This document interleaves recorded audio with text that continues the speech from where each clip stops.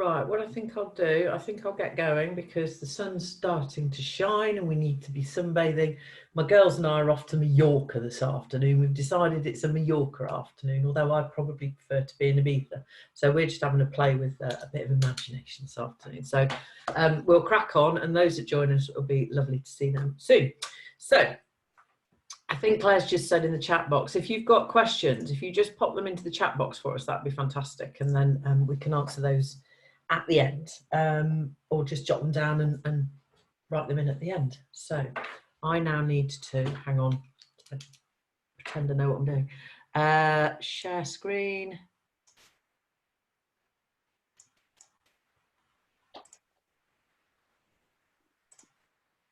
Perfect. Excellent, that worked. So, hello. Today we're going to open up a webinar that will link across 2 or 3. So if you come in isolation to this one, absolutely fine, you'll be fine. If you come to all of them, fantastic, you'll get the whole package. And if you come to ones in between, that's good too. So this is a thing called the Healthy Mind Platter, and it originates from Dan Siegel and Dr. Rock. And excuse me. Dan Siegel is someone I follow and had the privilege of meeting him last year. So I turned into a small child and it was very exciting. So it's fantastic to hear him speak. And what he's done with his colleague is put together something called the Healthy Mind Platter. And what we're going to do is look what that is, understand it in principle, and then we'll have a look at 2 of the principles today, and then we'll build on that over the subsequent webinars. And you can take from it as you need to, really. For those of you who haven't met me yet, I'm a psychotherapist, coach and trainer, and I specialise in mental health and emotional wellbeing, which I love doing. I've currently furloughed myself, so I'm doing all of this work that I'm doing now as a volunteer, which is great as well, so it's lovely to be able to give back. It's very weird saying I've furloughed myself in my own company. And I've been practicing in this arena for just under, well, yeah, I think it's about 10 years now, which is quite scary. So, and every day's a school day for me, so I'm constantly learning. Again, some of you might be back because you've been to previous webinars, so I apologise. Those of you who have just arrived. I am within your community of SCAD. My SCAD was, oh, it's 23rd today. Gosh. Yes, so 22nd of May. So that's a sign, isn't it, that I'm not counting the days anymore. So that's quite interesting. So 11 months ago, I had my heart attack and had been running in the morning, been at a day's work, everything was okay, and then it wasn't. So the photos that you see on your screen there are a photo of my partner and myself, me in hospital, not because I thought, must take a photo in hospital.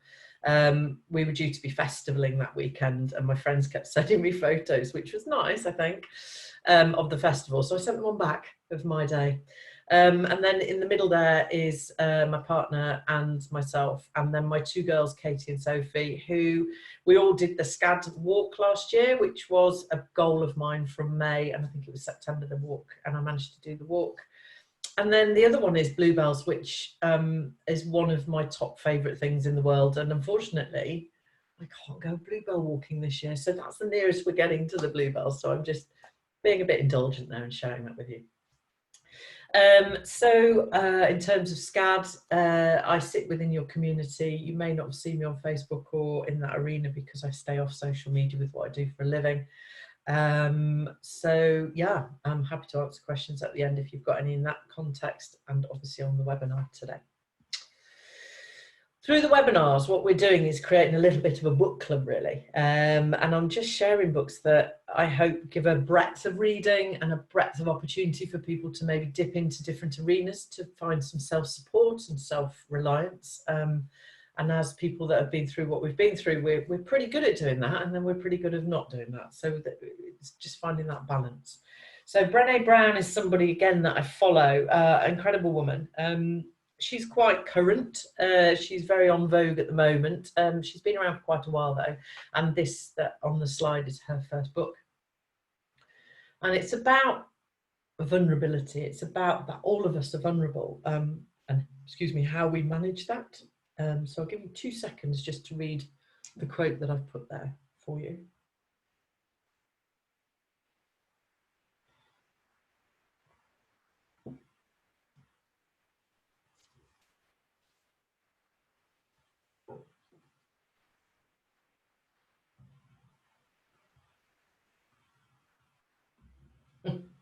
kind of like the stuff at the end, you know, we've all got our little quirks and our flaws, and that's okay.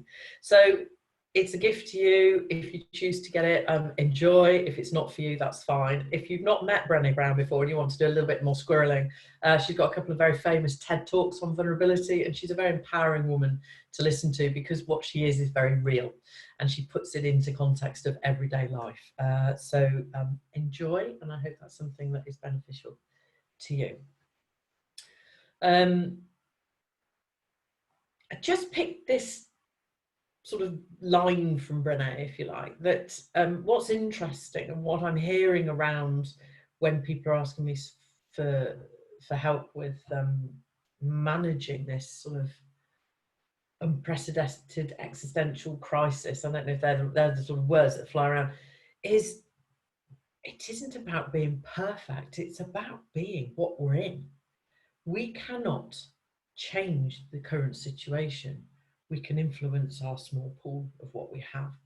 So then thinking that we must suddenly become this amazing person that can manage everything at home, and, you know, our different family dynamics that go on there, whatever that looks like for you, it isn't about perfection. It's about finding your rhythm.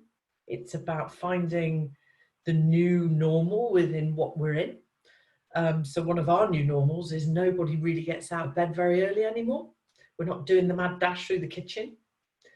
We're doing a very gentle, slow eke out of bed and through the kitchen very gently, and starting the day a bit later. So that's a new rhythm for us, which we're all leaning into. So it's things like that that need to be accommodated and thought of, I think, and be gentle and kind to yourself around that. So I'm going to introduce you now to the Healthy Mind Platter, and the fundamental principle of this is that we all know within our societal DNA, 5 a day, 5 a day, 5 veg a day. We've even got it on all the cartons now, haven't we? It tells you how many portions of fruit and veg that something you're drinking will give to you through that consumption. So the principle is very similar. The action, though, is quite hard and a bit more challenging. So David Rock and Dan Siegel have come up with these principles, and they do a lot of work around this, American. Dan Siegel's got this on his website, and I'm going to read you some of the meditation stuff today, and we're going to do a little meditation around this. So I'm going to jog you through, and I will go quite quickly through the principles so that we can focus on two today. And the two we're going to focus on today is time in and sleep time. Because I don't know about you, but my sleep's quite broken at the moment. So time in is about reflection and internal reflection, and we're going to do a little bit more focus on that. So I'm not going to stay there for too long. Downtime is an interesting one, because it's about doing absolutely bob all. Not bob all as in I'll just do this and play Candy Crush, or I'll just do this and sew this, or whatever it is. It is actually just sitting or being and doing nothing, not thinking about anything. And that in itself is quite hard. So we're going to focus on that in a further webinar. Sleep time we're going to come into in the second principle that we'll look at today. Fundamentally, sleep is a habit. So you can actually change your sleeping pattern. People have a belief that, oh, well, it's just how it is. It is currently how it is. It is a habit, and habits can be changed. So we'll have a look at that. Focus time is about looking and identifying a purpose, a goal, and looking at that challenge. So we're seeing a lot around, aren't we? And we're getting that real lift from the societal collectiveness of helping and supporting each other. You know, Captain Tom with his millions, incredible man. And was it 7 days till his 100th birthday? So we all kind of know that. And then we've got the stuff within our local communities that we're all doing. So those focus times are very prevalent at the moment, and we'll look at those again further on. And playtime. When was the last time you played for yourself, not with anyone else, just because you can? You know, I do actually, when I do, and we are allowed to the park, I do go on the swings. Love it. Probably shouldn't. Probably, you know, all the stuff that goes on in the chapter, love it. My kids aren't so keen on it. So it's things like that that we'll look at in further webinars. Connecting time is about looking and connecting with people and appreciating them. And I think we're doing that in a very polarized, different way nowadays. So we'll have a look more attention on that. And physical time, you know, that's a very societal push at the moment. And I went and did my shopping this morning and some shopping for the other people. And it was really interesting to see how many people are out walking and jogging that probably wouldn't normally be doing that. So that's a real positive as well. So one of the main players for today, time in. When we quietly reflect internally, focus on sensation, images, feelings and thoughts, helping to better integrate the brain. Now, the brain is not a muscle. This principle is based, though, on that similar idea of muscle memory. So what we're doing is we're starting to train the brain and grow the strength in the brain and change some of the neurons and the firing in the brain, their end of the science bit, by practicing this. And the principle that SCAD takes on this is actually, if you do this every day, as you would with all 7, as he's saying, if you did this every day, in the same principle that you might brush your teeth, in the same principle that you might shower or bathe, this is a practice that then can start growing the strength in your brain and allow you to fire and have a mindset that is a little bit more gentle on yourself. And he asks and he suggests within these 2 principles that we focus on 2 things. And the first is to sift the mind. Now, what he's thinking here and what he talks about here is, what's the simplest way of thinking about this? So if you're washing up, deep joy, one of my favourite pastimes, not. Let's say I'm washing up. If I'm going to take time in when I'm washing up, what I might do is set my intention that I'm going to be very in the moment and notice the sensations that are happening for me during that time of washing up. So it might be that I notice what the internal state is, what's happening for me. You know, it might be that I'm a little bit tense because it's not an activity I really like. It might be that I can feel the soap suds on the back of my skin. It's about how things feel, and it's about what we're experiencing from the inside out. So what he suggests here is that if we can heighten our awareness to sensations in that moment and be in happening, what's happening, with what we call present, which is a very mindful process. Now, if you're new to this, you might be able to do that for 3 to 5 seconds, and then your brain wanders to, oh, what are we having for tea? Or whether anyone else is up in the house, you know, whatever the chatter is, and that's okay too. It's okay to maybe notice that then we become distracted with that thought. So, oh, isn't that interesting? I'm getting distracted with my thoughts. And actually giving it attention can bring it back round to allow you then to be starting to go back into the attention of that inner world of the feelings and the body sensations. So this kind of practice is something that takes a lot of time around it to go, right, I'm going to do this and I'm going to practice it every day. So if you're new to physical activity or you're new to your half-an-hour walk or whatever it is, that might be becoming a new habit for you. Probably notice that you're beginning to maybe do that with a little bit more ease than you might have done previously. This is the same principle. So there's no, here you go, here's the checklist, this is what I would suggest you do. What I might suggest is another tip. So you could do it in a focused way in terms of an activity. The other thing you could do is sit down and you could focus on one of those things. So you might sit down and notice what your body sensations are. You know, is the neck a bit achy? Are your legs tired? It's that kind of thing. So it's really paying attention to maybe one of those to start with if this is a new practice for you. So I'm not going to stay here much longer because I want to take you through a meditative process around the breathing awareness. So this is about sifting the mind. So these are the 4 areas that he invites you into to pay attention to and to stay there as long as you can. And by practicing, you build your time in that moment. And then you might be able to do it 2 or 3 times a day with ease. So anyone that's been with us before, we've done some work on breathing. If you haven't, you can see it, and if that interests you.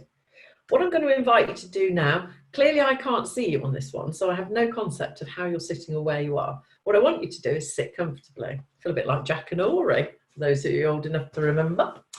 We're going to do a little meditation.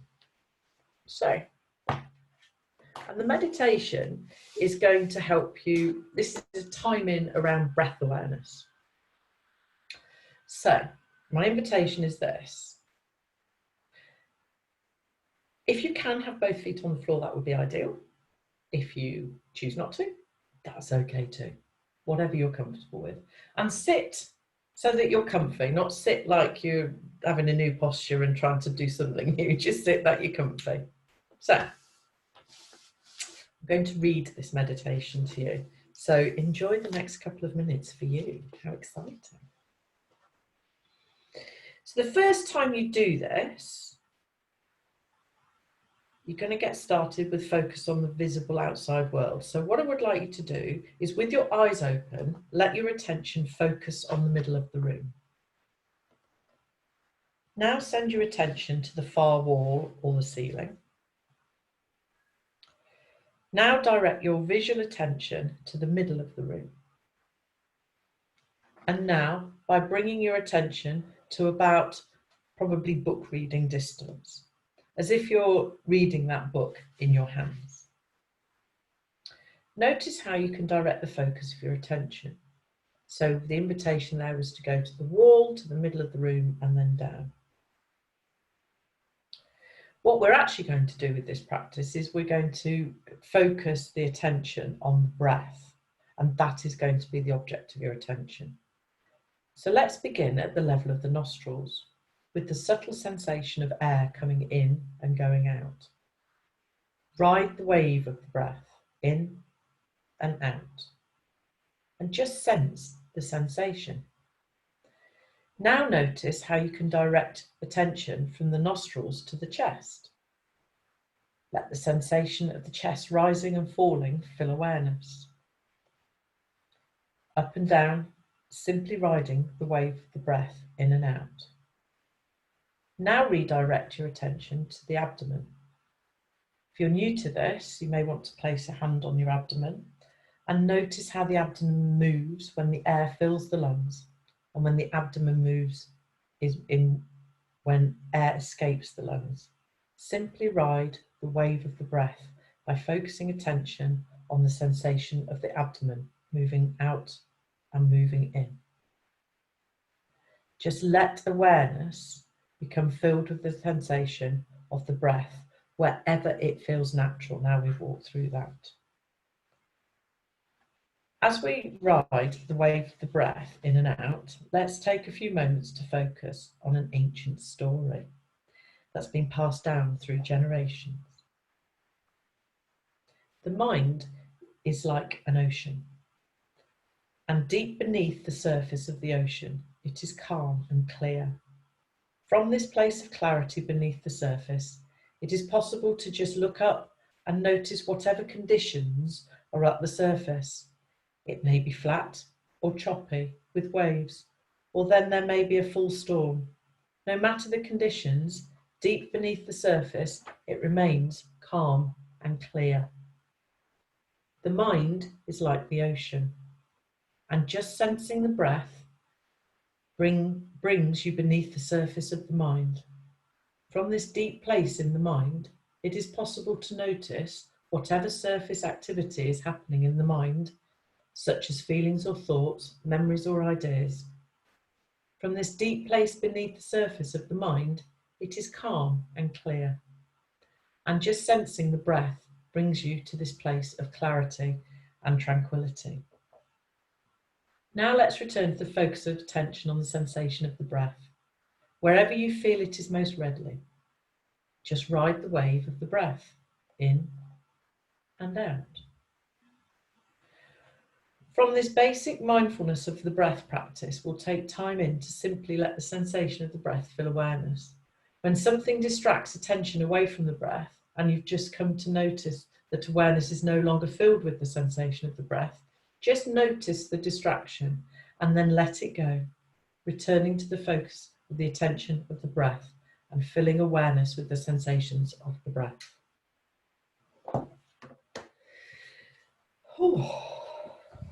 It's very hard to read and not breathe and be in it with you. So if that took you into a little bit of a nice relaxed state, enjoy. If that was quite hard, that's okay if you've just met that for the first time. What I'd like you to do for the rest of the webinar, we've got a few minutes going still, is to maybe just play and maybe sit if you need to with your hand on your abdomen and your hand on your chest, and allow yourself to breathe and let my voice just roll over with you. So this takes us to the next principle. So this is about sleep. When we give the brain the rest it needs to consolidate learning and recover from the experiences of the day. There's so many opinions, research, thoughts around sleep that it's hard to know where to start. And what I like about this on the Mind Platter is it gives a very clear, achievable framework for you to maybe build some good habits to allow you to get the sleep that you need. And maybe to stop battling with it as well, because that's not healthy. So what Rock and Sigal take us through is probably healthy habits. That's what I've called it here. And it's possibly things that we already know and secretly not putting into practice. Or we might be putting them into practice for others and not ourselves. And interestingly, those of us that have been involved with either parenting, godparenting, auntying, or involved with young people and children, when they're babies, a lot of people get them into a sleep routine. Do you remember that? And we get into habits. This is no different. This is doing this for self. This is finding a ritual that suits you. So this is a framework. It isn't exhaustive. There may be other things that work for you as well. So what the suggestion here is that we turn off our digital objects and electric screens at least an hour before we actually go to bed. That's quite hard for a lot of people, because a lot of us are watching telly and they're pushing us to watch a lot of binge telly, etc., etc. So take that as you need to. It may be that you interpret that into your world in a slightly different way than the words say. The essence, though, is to start to minimize the stimulus. If you're in bed and you're suddenly like wide awake, oh my gosh, think about the lighting in the room prior to going to bed. So my mother, I think she's charging Blackpool illuminations the way she has her lights at night, whereas in our house we're very lamps and candles. So having a think about starting to turn. So what the body's starting to do and what the brain's starting to notice is there's this sort of physical wind down around you, which will then help you start to wind down. No work in bed. Can't say I've never done it. Can honestly say now it's a habit I've broken. So it's something to think about. Be aware of caffeine, and that isn't your teas and your coffees. It is also some fizzy drinks and some other drinks that may be around as well. So intake of caffeine affects people. Some of my friends are affected by cheese. So again, that awareness of any sort of food and drink that you maybe need to think about. And I quite like this one. A warm bath or a calcium drink is how they phrase it. So something that's quite nurturing. This is how I would interpret this. Something that nurtures and gives us a sort of a bit of a hug that starts to wind us down towards our sleep. One of the suggestions is to journal, and I'm very happy to run a webinar on journaling because it's quite an art. It's not just a case of like today's date and yesterday I mainly stayed in again. It is quite an art to journal and to pour your feelings and your sensations out. This potentially could stimulate you, or it could be something that helps you, and only you will know the answer to that. So be mindful if you choose to do this, how it prompts any mind activity. Does it help to offload, or do you need to do it away from sleep? And then the amount of contiguous sleep matters. So set up the evening bearing in mind what time you're getting up the next day. So for example, today I was up and out by 8, so I went to bed a bit earlier. If I haven't got to get up, I'm not so worried about what time I go to bed. So that's what they're suggesting there. It's not keep pushing through and pushing through. So again, these are available to you, and there may be things that you already do that you may want to add into those habits and share at some point, which is great. So it is about the wind down, the calm, the going towards the next activity of going to sleep, not, right, I'm going to sleep now. I've shown this slide a few times because I kind of love it. It really does what it says on the tin. We can only do what we can do. Our responsibilities are clear in this current climate, is to stay in, work from home where we can, protect ourselves, protect others. You know, we know the mantra now. If all of us take that responsibility, that's what we can do. That's what we can focus on. And everything else around us, maybe not so much. So worrying and taking other people's woes on, not helpful to us. I had to put my bluebells in there again.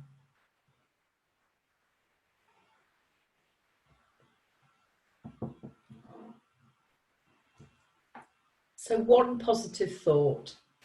We're all going to look like we've been on holiday. It's sunny. Result.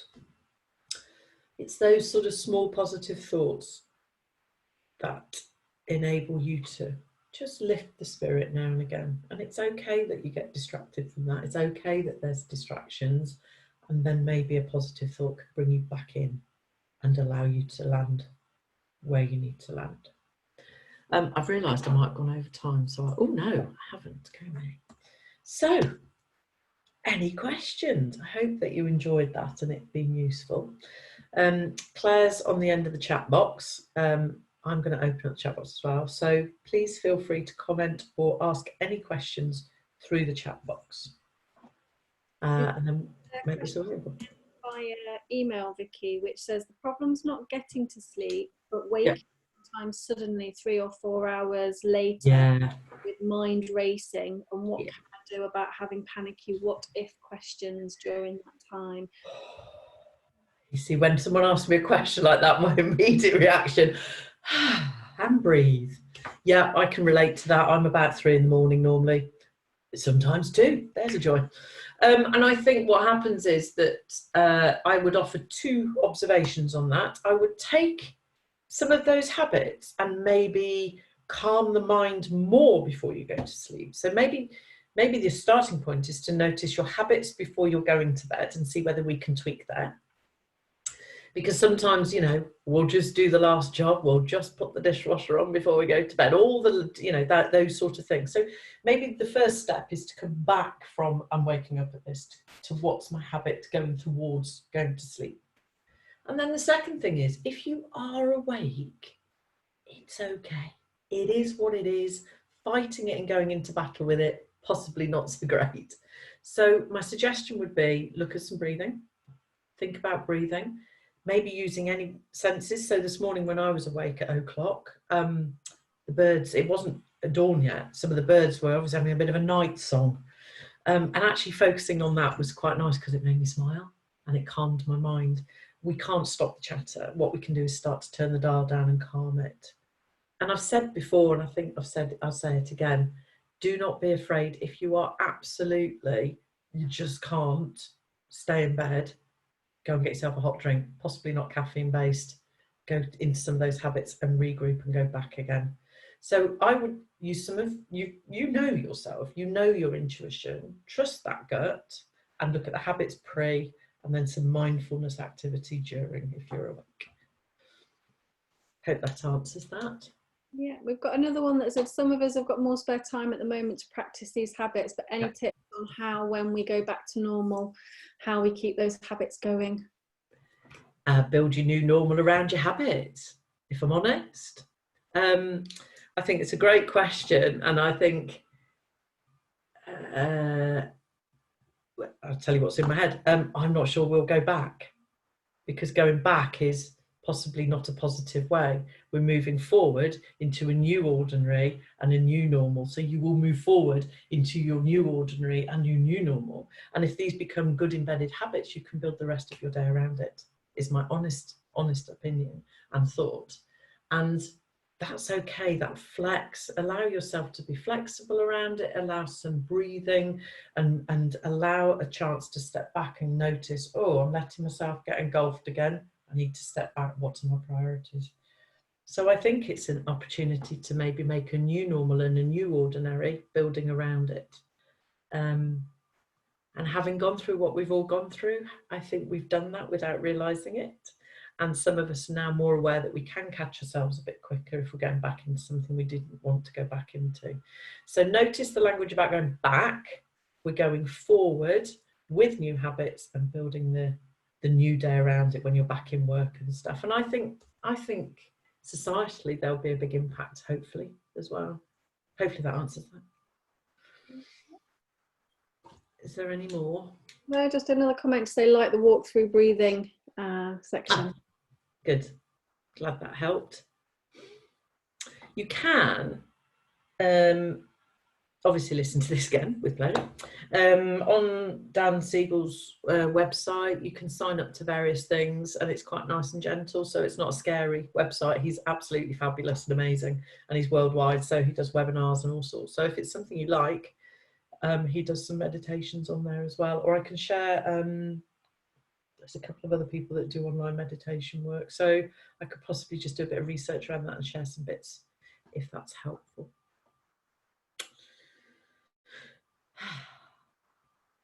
Yes, please. Let's come back. I'll have a look. I'm not going to overcommit and underdeliver. I will do what I can, and I'll get it to you at the pace that I can with pleasure, no problem. Oh, I've opened my thing. Okay, I've just seen another question there, Claire, I think on my chat box. Is it out for a lovely walk alone yesterday? Oh, that's not come through to me. Okay, so the question is the mind going back to what if SCAD happens again. I sit in no other space than alongside you with that, and I think those thoughts will always be around for all of us, however far away we are from our anniversary. My invitation to you is to if these tips are working for you, is to find something that works for you, to just turn the dial down. You've managed it. You are okay, and we are okay, and we will continue to be okay. And the what if you like, that's the what ifing. You know, I work with a lot of people who do a lot of what ifing, is not useful and maybe would heighten you. So this is about maybe noticing the thought, allowing it to be, okay, I've got that thought, it's okay, I'm not enjoying it. Can I bring it into balance with some breathing? Can I bring it into, you said about going for a lovely walk. What are you noticing around you? What can you do to bring that and put it into perspective that you're okay, and in the moment we're fine and you're fine. So I can't honestly give you a magic wand. What I can offer you is time lessens those thoughts, and trust of your own body will build. And we didn't know it was going to happen the first time. And to be honest, most of us will be okay. Some of us maybe have some speed bumps along the way, and that's okay too. So be kind to yourself, compassionate with yourself, and allow some of these tips maybe to bring the balance of the thought into a calm state. I think I haven't seen any others. No. Fabulous. We will tee up the next webinar. This will be available to you, and we'll push it and let you know where it's available if you wish to revisit it. Thank you so much. If you know other